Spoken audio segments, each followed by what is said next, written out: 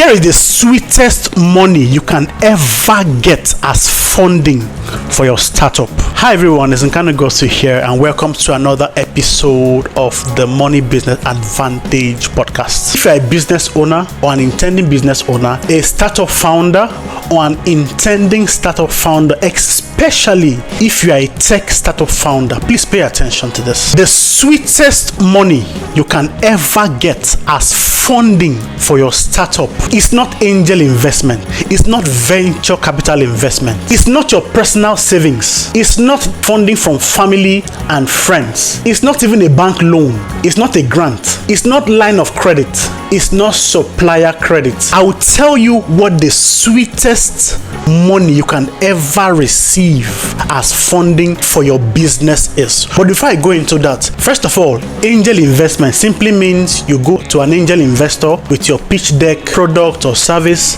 and pitch them to invest some kind of money. You're usually pre-seed and seed stage investment. For venture capital investment, you still go with your pitch deck, product, your MVP, and then you go meet a venture capital firm. The problem that I personally have with these kinds of investment, it's more like gambling. It's more like try your luck.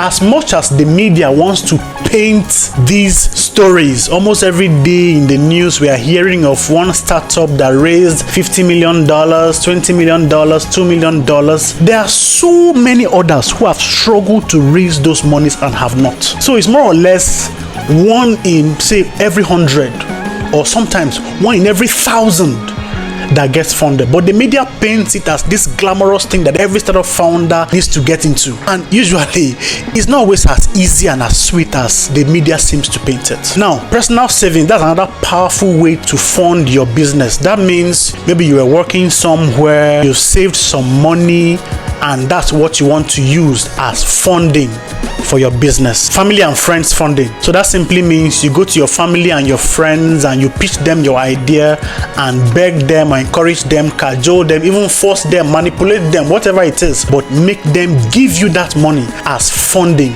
for your business. Another source of funding is the bank loan. But of course, you have to present your collateral, or even if you don't have collateral, these days there's some banks that are willing to work with your turnover and give you loan based on your turnover. But that of course means that you've been in business for a while, you're not just a new person. For the bank loan, you have to still go and present your idea, what you want to use the money for. Someone ask for a business plan or at least a track record of what you've been doing with your own money on your own before they can give you the loan to do the business. For loan, of course, they'll have to add their interest rate, or you have to pay back the principal they give to you plus interest. Some banks can collect as high as 49% in interest per annum. Next, grant. There are organizations, both private and public organizations, that are offering grants to individuals. Of course, you present your business idea to them, tell them what you want to use the money for. Usually sometimes like a competition, a lot of you come and compete for those funds, and then a few are selected and funded. With grant funding, you don't have to pay back.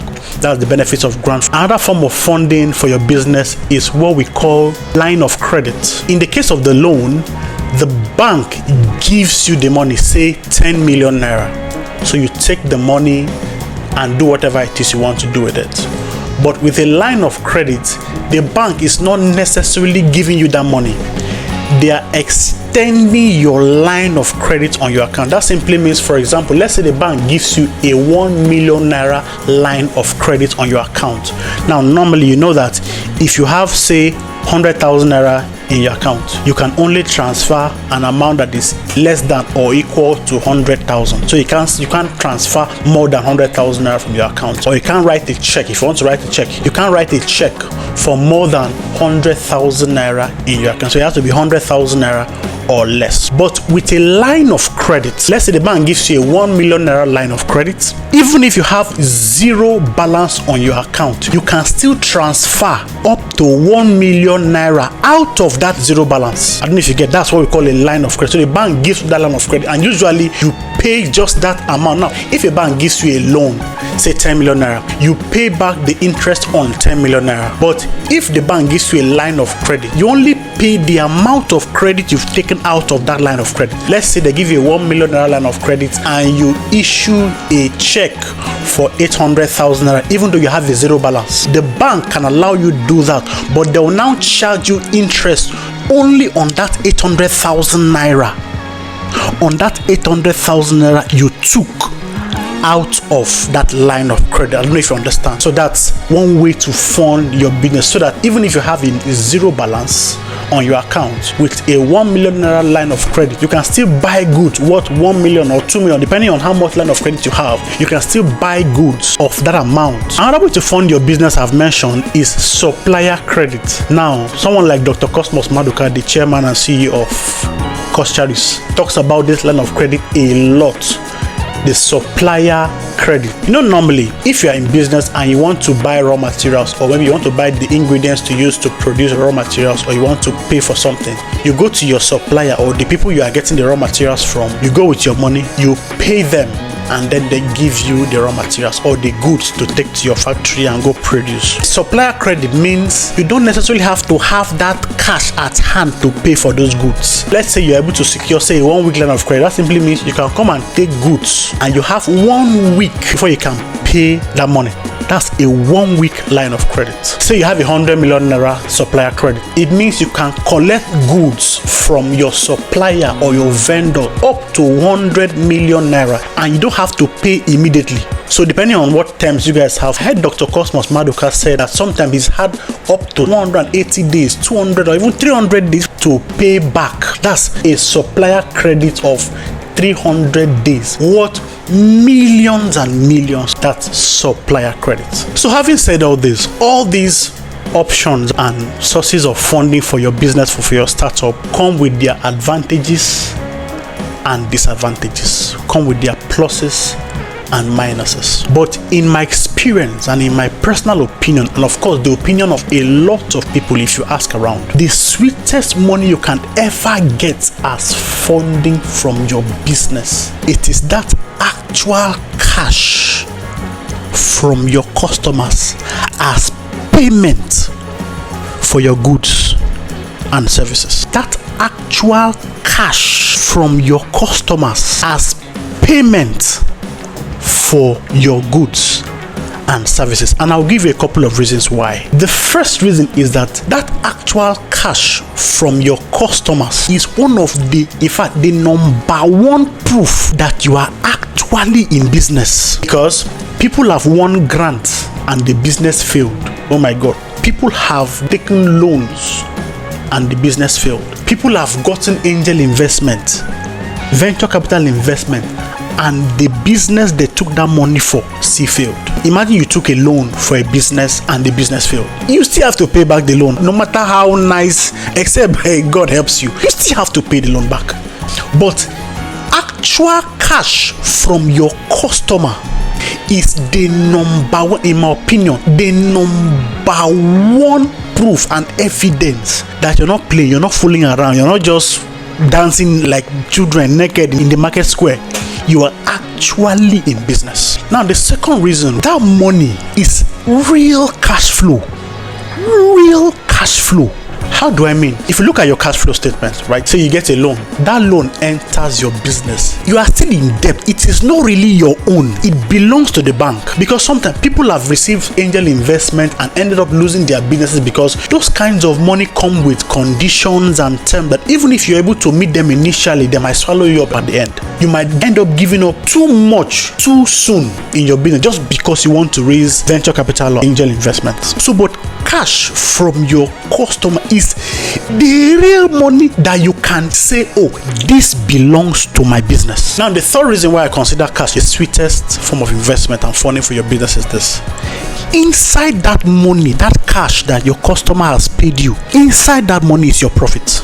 And of course, business exists to make a profit. Cash flow can come from anywhere. It could come from a loan, it could come from an investment, it could come from a grant, or the one that comes with your profit, which is the essence, one of the major motivations and essence for that business is that cash. Because inside it is your profit. It is a very potent validation tool that proves that customers love your business, products and services. The popular saying goes, put your money where your mouth is. So, I love your product. Customer is telling you, I love your product. Ah, nice one. Well done. Ah, nice one. Giving you a thumbs up. If they have not pulled out their hard-earned cash to pay for your products or services or to patronize your business in that form, then they don't really believe in that business. They don't really believe in your product and services. So that actual cash that the customer pulls out from their pocket and